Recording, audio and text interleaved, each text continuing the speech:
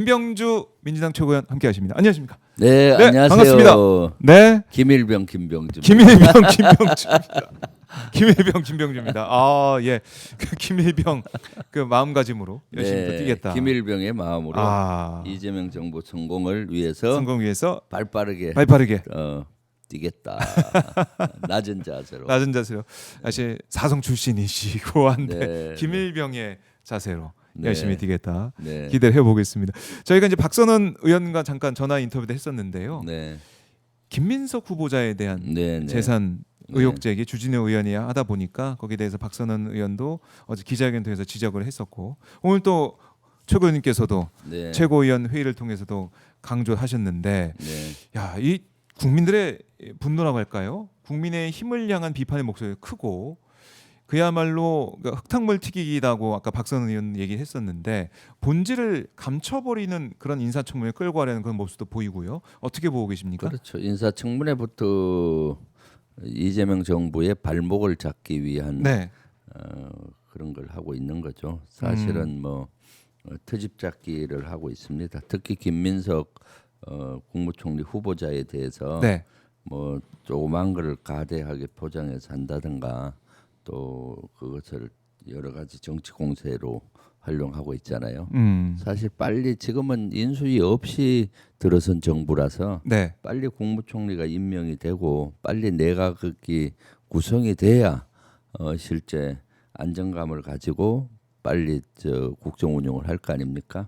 비정상을 정상화하고 그런데도 불구하고 국민의힘은 내란에 대한 반성은커녕 지금 이재명 정부의 발목 잡기를 인사 검증이라는 명목으로 지금 하고 있는 거죠. 대표적인 것이 조금 전에 박선원 의원이 얘기했듯이 국힘의 주진우 의원 같은 경우 본인 재산은 약 한 70억 정도 된다고 해요. 그런데 김민석 후보자의 재산은 2억 정도밖에 안 되잖아요. 그런데 뭐 재산 가정을 문제 삼고 이렇게 하는데 아들 문제도 그렇고, 아들 재산, 그렇고, 아들 재산 뭐 엄청나잖아요. 그럼 본인의 재산 형성 과정을 설명을 해야 되는데 실제 그러지는 않고 공격으로 일삼고 있죠. 거울을 제가 선물 해주고 싶어요. 주진우 의원한테. 거울을 자기를 돌아봐라. 그러니까 아마 이제 그게 이제 국민들의 마음일 것 같습니다. 마음일 것 같고 이재명 정부의 성공을 위해서 많은 국민들이 이번 대선 결과로 보여줬고 또 지금 힘을 모아서 진짜 대한민국 향해서 나가자라고 있는 이런 상황에서 이런 재산 관련된 의혹을 이미 이제 다 이제 해명이 되고 책에 나와 있는 그런 걸 가지고 또 의혹을 제기하고 있는 국민의 모습 용납할 수 없다 이런 목소리가 계속 나오고 있고 특히 김민석 후보자는 국무총리로서 아주 최적임자라고 봐요. 왜냐하면 이재명 전 대표 시절에 대표와 수석 최고위원으로서 호흡을 맞추었고요. 그리고 집권 플래너로서 집권했을 때 어떻게 할지 플랜을 짰기도 했고 그렇기 때문에 가장 호흡이 잘 맞으면서 집권에 대한 그런 마스터 플랜을 짰던 분이고요. 또 정치 경력 한 30년 됐잖아요. 오랜 경험을 통해서 내공이 상당하고 그래서 실제 지금이 상당히 내란 종식 또 경제 위기 안보 위기 상황이잖아요. 이걸 헤쳐갈 수 있는 적임자다라고 저는 보여집니다. 거기에 대한 인사청문 일정도 좀 잡혔기 때문에 인사청문 거치면서 또 우리 국민들이 직접 보고 또 판단할 수가 있을 겁니다. 그렇죠. 인사청문 과정에서 모든 것들이 하나하나 논의가 또 되는 건데 지금 뭐 인사청문 전부터 이렇게 국민의힘에서 재산 가지고 물고 늘어지는 모습 국민들이 분노하고 있다. 사실 인사청문회는 능력과 자질 이런 걸 검증하잖아요. 그리고 정책 검증이 돼야 되고 김민석 후보자의 정책 앞으로 5년 동안 또 국무총리가 됐을 때 어떤 정책을 펼칠 것인가 이런 거와 또 이재명 정부에서 어떤 역할을 할 것인가 뭐 이런 등등 검증을 하기 위한 노력을 해야 되는데 완전 트집 잡기를 하고 있잖아요. 트집 잡기식이다. 알겠습니다. 국민의 판단을 하고 계실 것 같고요. 이재명 정부의 성공을 위한 이제 내각 인사, 국무총리부터 이제 장관들이 지명이 되고 청문회 거쳐서 임명이 될 거고요. 그리고 당을 보면 여당 민주당의 모습을 보면 지난주에 김병주 원내대표가 선출이 됐습니다. 김병기. 김병기. 가끔 헷갈릴 때가 있어요. 제가 그렇네요. 전화를 받는데 네. 아이고 대표님 축하합니다. 그래서 혹시 누구한테 전화했어요? 제가 김병주입니다. 아 김병기. 그러네, 헷갈리네요. 저도. 헷갈리죠. 김병주 우리 최고위원 보면서 김병기 대표 얘기를 하려니까 저도 모르게 네. 김병주. 또 뭐 악성 댓글 또 저의 그 댓글을 어떨 때 잘 달 때가 있어요. 가만 보면 뭐 예를 들어서 지난번에 원내대표 선거할 때 네. 너 아들 국정원에서 잘 근무하냐? 저불린 거게 아니 갑자기 내 아들이 국정원을 왜? 그 보면은 김병기하고 이 헷갈려서 한 글자 차이라서. 네. 근데 저도 사실은 헷갈렸습니다. 예? 김병기와 김병주는 닮은 데가 많죠. 그분은 거의 젊은 평생을 국정원에서 국정원에. 국가에 헌신했고 네. 저는 군복을 입고 헌신을 했고요. 비슷한 업종이잖아요. 네. 그러기 때문에 사실은 저하고 네. 아주 친해요. 제가 처음에 국회 들어왔을 때 국회에서 비례대표들에게 한 명의 멘토를 정해줬는데 네. 김병기 그 당시 의원이 멘토였어요. 그런 또 인연도 비슷한 있네요. 성향이 있고요. 또 네. 국방에서도 같이 활동하고 하기 때문에 국방에서도 오래 같이 했잖아요. 그러니까 아마 김병기, 김병주 헷갈릴 수가 있어요. 그렇군요. 박정우 기자님마저 네, 김병주 대표가 네, 김병주 대표라고요. 당 대표 출마하시는 건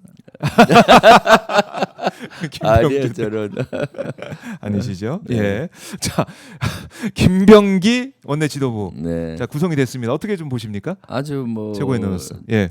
아주 제대로 구성이 잘 됐다고 봅니다. 김병기 원내대표 겸 지금은 또 당 대표 직무대행까지 하잖아요. 네. 그래서 누구보다도 이재명 대통령과 아주 친한 사이고요. 그래서 이재명 22대 이재명 전 대표 시절에 인사검증을 또 관계했었고요. 국회의원 22대. 네. 그래서 굵직한 일을 많이 하셨죠. 그렇기 때문에 아마 이재명 정부의 성공을 위해서 이번 원내 지도부가 그 제대로 된 역할을 할 것이다. 네. 그리고 또 이 김병기 대표 같은 경우는 리더십이 좀 포용적인 리더십을 갖고 있어요. 그래서 많은 사람들의 의견을 듣고 이렇게 하는 스타일이고 조용하게 느껴지는데. 네, 조용하면서도 예. 많은 사람의 의견을 물밑에서 듣고 하고 그러면서도 통찰력이 있어요. 네. 그래서 많은 사람의 얘기를 듣고 명확히 판단하는 능력이 있기 때문에 네. 아주 최적의 원내 지도부가 구성이 됐다라고 보여집니다. 최적의 원내 지도부가 구성이 됐다. 네. 자, 그러면 또 어려운 질문 한번 또 드려봐야죠. 네. 김병기 원내대표는 이제 어제 야당 네. 대표 또 뭐 김용태 비대위원장까지 만났던데 이렇게 예방을 하면서 열심히 뭐 개혁 과제들 특히 뭐 상법 개정안 이런 것도 빨리 처리하고 뭐 추경도 네. 마찬가지고 네. 여러 가지 의지를 지금 보이고 있습니다. 원내대표단 구성이 됐는데 이제 보궐선거가 치러지게 되죠. 당 대표 선출이 되게 되는데 정청래 최고위원 이제 출마를 했고 네. 아마 박찬대 전 원내대표도 출마할 가능성이 커 보입니다. 네. 아마 2파전이 될 가능성이 있는데 네. 누구를 좀 마음에 두고 계십니까? 지도부에서는 중립이에요. 아, 지도부니까 또 중립을 그럴 수 있겠네요. 최고위원은 중립을 또 지켜야 되는 한계가 있어요. 그렇게 빠져나갈 수가 있네요. 예, 최고위원이다. 그런데 사실은 이번 당 대표 선거가 8월 2일 날 있는데 이번에 보궐 선거나 마찬가지예요. 네. 1년이죠, 1년. 지금 1년. 이재명 대통령께서 1년 하셨고 네. 대통령 되시면서 거기가 비어 있기 때문에 보궐 선거가 되는데 저는 뭐 두 분 다 아주 훌륭하기 때문에 누가 돼도 무방하다라고 생각해요. 당 대표의 역할이 대단히 중요하잖아요. 네. 특히 1년 동안은 이재명 정부의 성공을 견인해야 된다고 봅니다. 두 분 다 장점들이 많은 분들이잖아요. 네. 정청래 의원 같은 경우는 실제 소통 능력이 많고요. 소통, 또 예. SNS에서 잘 활용하시고. 아주 최강자시잖아요.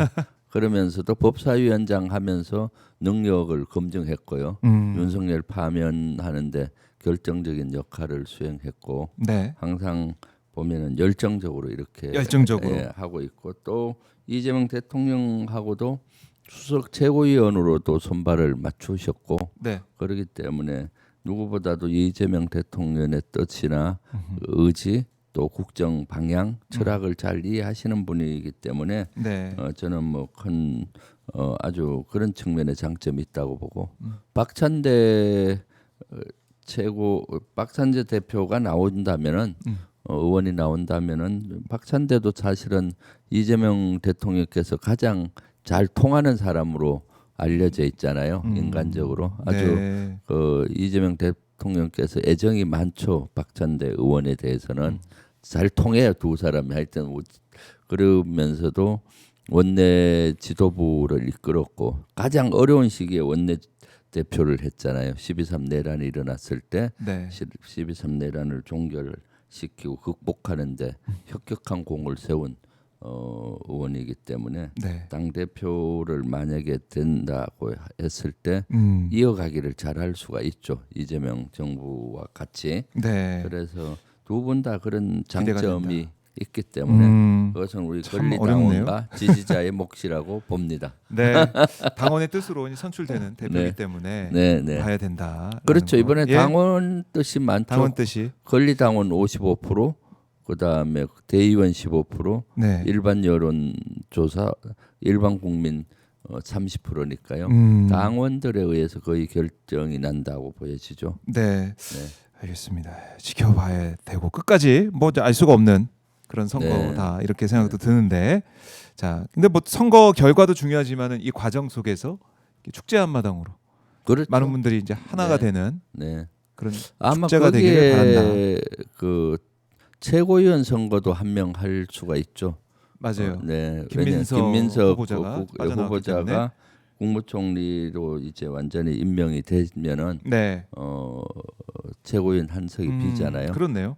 그럴 경우도 이제 보궐선거를 해야 되지 않나 싶습니다. 네, 알겠습니다. 이 당 상황 이렇게 정리를 해보고 이재명 대통령의 이제 G7 정상회의 참석, 비록 한미 정상회담은 트럼프 대통령의 일정 때문에 안 됐지만은 한일 정상회담 오늘 좀 이뤄졌습니다. 현재까지 이재명 대통령이 이제 외교 실용 외교라고 우리 많이 좀 부르고 있는데 어떻게 보고 계십니까, 의원님? 지금 사실 취임하신 지 얼마 안 됐잖아요. 10여일 만에 진행된 이재명 대통령께서 첫 외교 무대 벌써 성공적이다라는 평가가 많이 나오고 있습니다. 제가 봤을 때 성공적인 이유는 크게 세 가지인 것 같아요. 우선 대한민국이 민주주의 회복력을 세계에 알렸다. 민주주의 그동안 구테타하는 나라로 인식이 돼버렸잖아요. 우리가 선진국인데 갑자기 구테타하는 나라로 인식이 되니까 우리의 그 국격이 추락을 했지 않습니까? 그래서 대한민국 민주주의 회복이 돼서 이렇게 민주주의 절차에 의해서 대통령이 뽑혔다. 이런 것들을 그 세계에 알리는 자리잖아요. 그래서 안토니우 구테흐스 유엔 사무총장도 한국 민주주의 회복력이 대단하다라고 표현을 했고요. 두 번째는 이제 그 정상 외교의 복원이라고 봐요. 그동안 이제 12.3 내란 이후에 공백이 됐고 또 윤석열 내란 수위가 있는 동안 3년 동안은 제대로 된 정상 외교가 이루어지지 않았다고 봐요. 그런데 이번에 G7 가서 이재명 대통령께서 뭐 일본, 남아프리카 공화국, 호주, 브라질, 멕시코, 인도 등 여러 나라들과 정상회담을 가지면서 무역이라든가 에너지 분야 그리고 안보 협력 분야를 논의하고 있지 않습니까? 세 번째는 우리 국격 회복이라고 봅니다. 이번에 국제사회에서 한국의 위상과 역할을 다시금 확인시켜주는 고 있다. 그리고 특히 이제 김혜경 여사님 같은 경우는 한복을 입고 리셉션에 가신 것 같더라고요. 그래서 주목을 많이 받으셨는데 대한민국의 전통 문화를 또 세계에 알리는 이런 좋은 기획인 거죠. 그래서 사실은 이제 이재명 대통령께서 외교 안보 분야를 실질적으로 성남시장이나 경기도지사 하면서는 하지 않았잖아요. 그런데도 불구하고 아주 발빠르게 이렇게 외교 안보 분야를 잘 챙기고 계시다라고 보입니다. 그러니까 다른 나라에서 볼 때도 와 대한민국 대단하다 이런 생각을 할 것 같아요. 아 그렇죠. 이재명 대통령 당선 자체 이게 회의에 참석해서 함께하는 것 자체가 대한민국의 민주주의가 세계를 선도할 수 있다 이런 생각도 할 것 같고요. 아 그럼요. 지금 뭐 세계가 아마 대한민국에 대해서 깜짝깜짝 놀랄 거예요. 세계 10위권의 선진국이 된 것도 놀랐는데 12월 3일 날 갑자기 뭐 친위 구태타가 일어났다 해서 깜짝 놀랐다가 그것도 2시간 반 만에 비상계엄 해제 결의안이 국회에 통과되고 한 6시간 만에 해제됐잖아요. 그런 거에도 놀래고 그리고 또 민주주의를 파괴했는데 민주적 절차로 헌법을 파괴했는데 헌법으로 윤석열을 파면했잖아요. 그러고 나서 또 민주적 절차에 의해서 선거에 의해서 이재명 대통령이 됐지 않습니까? 이런 것들에 대해서 놀라워할 것 같아요. 놀라워할 것 같다. 네, 그렇게 외교 무대에 대비를 하면서 대한민국이 돌아왔다라고 우리가 전 세계에 선언한 그런 모습. 자, 많은 분들이 또 전 세계에서 평가를 할 것 같고요. 그리고 지금 보면은 이스라엘하고 이란 뭐 직접적인 군사적 충돌까지 격화가 되면서 중동 정세가 불안해지고 있습니다. 한반도 안보에 어떤 또 영향을 줄지 이것도 걱정이 되고 그것이 국제 정세를 이제 계속 보게 되는데 어떻습니까? 그렇죠. 거기 가장 큰 지금 도전 요인이죠. 이스라엘과 이란이 지금 충돌을 하고 있고 거의 뭐 제한전이긴 해도 전면전이라고 봐야 되잖아요. 공중에서 뭐 미사일, 전투기, 뭐 드론 등으로 해서 서로 무력 충돌이 일어나고 있는데 이것은 바로 우리에게 나쁜 영향을 미치고 있잖아요. 세계에도 대단한 영향을 미치고 있고 저렇게 되면 유가가 치솟는 거고 그리고 호르무즈 해협이 또 안전하지가 않을 수가 있거든요. 그럼 우리 경제 직격탄을 먼저 받을 수가 있어서 그것이 걱정이고 안보 분야도 마찬가지입니다. 지금 남북한이 지금 긴장이 최고조로 갔다가 이제 평화를 만드는 작업을 하고 있지 않습니까? 이재명 정부가. 그런데도 불구하고 그것이 늦어질 수가 있어요. 왜냐하면 미국이 우리 한반도 평화를 만드는데 결정적인 역할을 하지 않습니까? 뭐 사실은 우크라이나 전쟁이 좀 종전을 시키고 러시아와 미국 관계가 개선되고 북한 개선되면 평화의 물꼬가 터질 텐데 지금 미국의 우선순위가 바뀌었어요. 이란하고 이스라엘의 무력 충돌이 해결이 1번이에요. 갑자기 거기에 채관심이 많아지는 거고 그다음 우크라이나 전쟁, 종전 그러니까 한반도 문제가 우선순위 확 밀리게 되는 거예요. 밑으로. 그러니까 한반도의 평화 정착하는데도 안보적으로 좀 우선순위가 밀리다 보니까 우리에게는 별로 좋지가 않다. 그래서 이란과 이스라엘의 무력 충돌은 장기화되면 안 되고 빨리 정치적인 해결점을 찾아야 된다고 보여집니다. 자, 그래서 우리 이제 외교적인 역할도 해야 되고 국제 정세에 좀 촉각을 곤두세우고 있어야 되는데 북한이 러시아의 공병 병력 또 군사 건설 인력을 추가로 파견하기로 했는데 우리 대통령실의 우려 메시지도 조금 전에 나왔네요. 아 그런가요? 제가 아침에 최고위에서 우려하는 메시지를 냈는데. 우려하는 메시지도 대통령실 관계자 발로 또 나오고 있습니다. 그렇죠. 캐나다에서. 북한이 러시아의 공병을 한 6,000명 파견하겠다고 알려졌잖아요. 그럼 그동안 북한은 전투 병력을 한 15,000명 정도 파병한 걸로 알려져 있어요. 그럼 이번에는 전투 병력에 추가해서 재건을 할 수 있는 병력 파병한다는 거 아니에요. 그러면은 북한과 러시아가 동맹을 넘어서 혈맹 관계로 점점 그 관계가 깊어지지 않습니까? 이것은 우리에게는 아주 심히 우려되는 지점입니다. 왜냐하면은 북한하고 러시아와 긴밀해지면 긴밀해질수록 우리의 전략 안보 환경은 나빠지는 거죠. 사실은 우리는 그래서 북한과 러시아를 좀 떨어뜨려야 되고 그래야 북한을 좀 더 고립시키면서 평화의 물꼬를 털 수가 있는 거거든요. 그렇지 않으면은 점점 어려워지고 있기 때문에 그것이 걱정입니다. 그래서 아주 심히 우려되는 지점이 이 지점인 거죠. 그래서 우리 이재명 정부도 발빠르게 여기에 대해서 좀 여러 가지 대응을 해야 된다고 봅니다.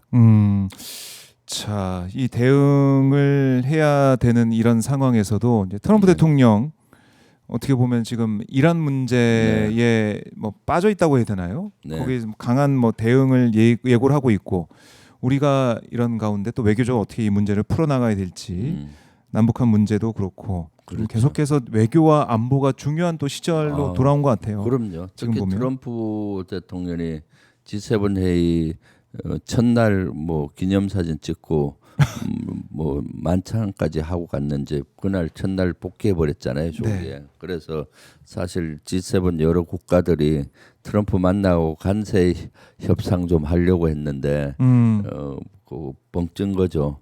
그렇게 간 이유는 저는 이스라엘과 이란의 중동전이라고 봅니다. 네. 그리고 그 메시지상에 이란 테헤란에서 떠나라라는 메시지를 했잖아요. 그것은 아마 미국인들의 소개령이라고 보입니다. 곧 네. 거기 공격할 테니까 미국이나 우방국에 있는 교민이나 국민들은 떠나라.